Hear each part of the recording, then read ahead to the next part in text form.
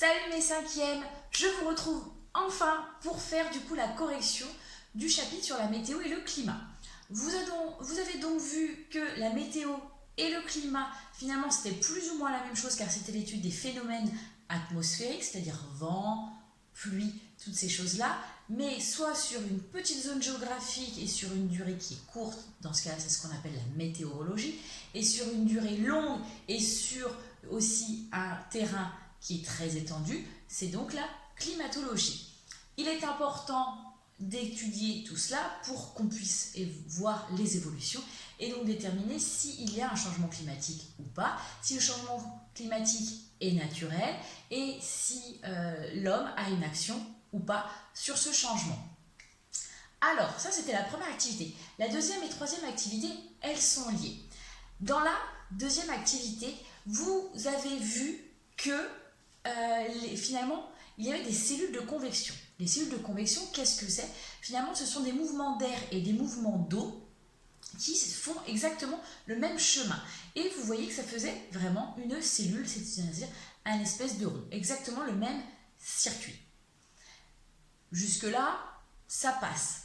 Après, l'activité suivante, l'activité 3, elle devait vous permettre de comprendre pourquoi il y avait de tels mouvements d'air et de tels mouvements d'eau.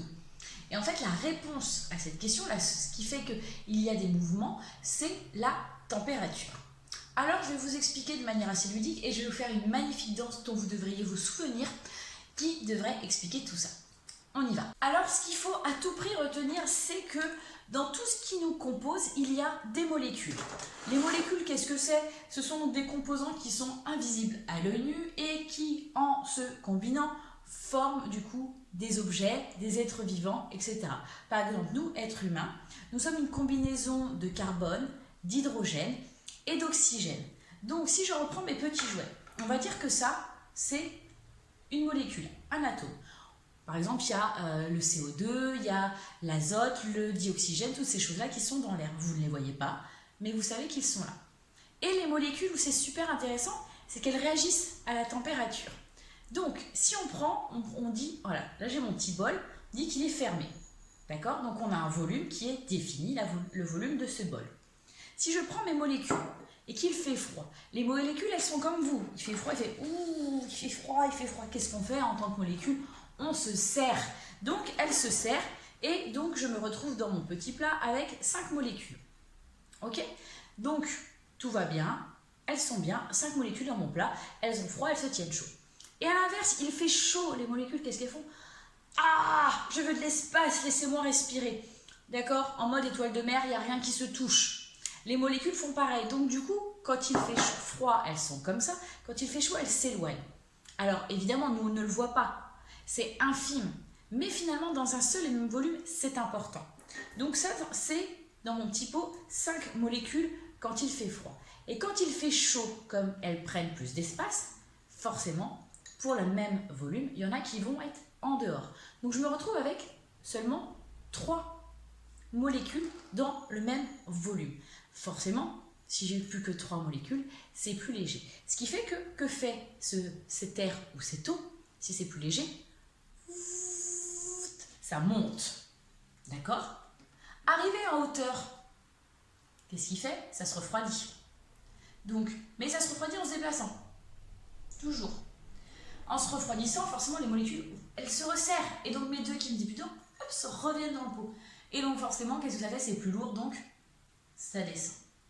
Là encore, ça se redéplace. Ce coup-ci, ça cherche la chaleur. Ah, elles ont chaud, les molécules, elles ont chaud, elles ont chaud, elles ont chaud. Hop, elles se dilatent. Je ne me retrouve plus qu'avec 3 molécules dans mon pot. Donc, qu'est-ce que ça fait de nouveau? Oups, on remonte. Et elles cherchent le froid. Elles se refroidissent. Je remets mes 2 autres molécules parce qu'elles se resserrent les unes contre les autres. Et ça redescend. Et rebelote. On retourne vers le chaud. Les molécules s'en vont. Ça remonte parce que c'est léger. Ça va vers le froid. Les molécules se resserrent. C'est refroid, c'est plus lourd. Ça descend. C'est ce que j'appelle gentiment la danse des molécules. D'accord? Il fait chaud. Enfin, il fait chaud. Les molécules prennent de l'espace, ça monte, ça monte, ça monte, ça monte, ça monte. Ça se déplace vers le froid. Tac. Les molécules en se refroidissant se resserrent, donc c'est plus lourd, donc ça descend. Et ainsi de suite. Ok, donc, en gros, pour se souvenir, Il fait chaud, on monte, on monte, on monte, on monte, on se déplace, on se déplace. Ouh, il fait froid, on se tasse, on se redéplace, on se redéplace. Il fait chaud, on remonte, on remonte, on remonte. Et oui, quand on est prof, faut pas avoir peur du ridicule. Et comme, grâce à l'expérience du ballon, vous avez pu voir que les rayons du soleil étaient beaucoup plus concentrés. Je vous ai fait la vidéo de concentration. C'était beaucoup plus concentré au niveau de l'équateur. Ce qui fait que pour un seul et même rayon, finalement, il y a beaucoup plus d'énergie qui est reçue à l'équateur qu'au niveau des pôles. Parce que du coup, les rayons, ils arrivaient et ils étaient tout étalés. D'accord? C'est comme une cuillère de Nutella. D'accord? Vous mettez une cuillère de Nutella sur un petit morceau de pain, comme ça. Et à l'inverse, vous prenez une cuillère de Nutella sur un gros morceau de pain.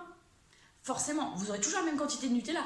Mais forcément que là-dessus, ce sera plus concentré que sur le gros morceau de pain. Toujours la bouffe, ça marche bien la bouffe. Donc, à l'équateur, les rayons du soleil sont plus concentrés, il fait donc beaucoup plus chaud qu'au pôle où les rayons sont beaucoup plus diffus. Et c'est cette différence qui fait qu'il y a des mouvements d'air entre le nord et le sud. Et comme entre la surface de la planète et l'atmosphère en hauteur, il y a aussi une différence de température. Il fait plus chaud près de la planète et plus on s'élève, plus il fait froid. Si vous avez déjà été en montagne, vous le savez. Et à l'inverse, pareil dans les fonds marins, plus on descend, plus il fait froid. Donc si je reprends avec ça, ça c'est notre planète Terre, d'accord? Donc là on est près de la planète Terre, il fait chaud. On s'éloigne, il fait froid. Et à l'inverse, si on s'enfonce vers les fonds marins, il fait froid aussi. Donc, et ici au niveau de l'équateur, il fait chaud. Et ici au niveau des pôles, il fait froid. Ce qui fait que l'air qui est ici, qui est très chaud, remonte par là. Ça se refroidit, ça se déplace vers le froid. Et donc là, du coup, ça redescend, ça cherche la chaleur, ça se réchauffe et ça remonte et ainsi de suite. Et du coup, on observe bien ce qu'on appelle des cellules de convection. Ce n'est pas très très compliqué, ce n'est pas très très intéressant, mais j'espère que vous voyez ça de manière un peu plus claire. Si vous avez des questions, je reste toujours à votre disposition. Au revoir mes petits cinquièmes, à bientôt.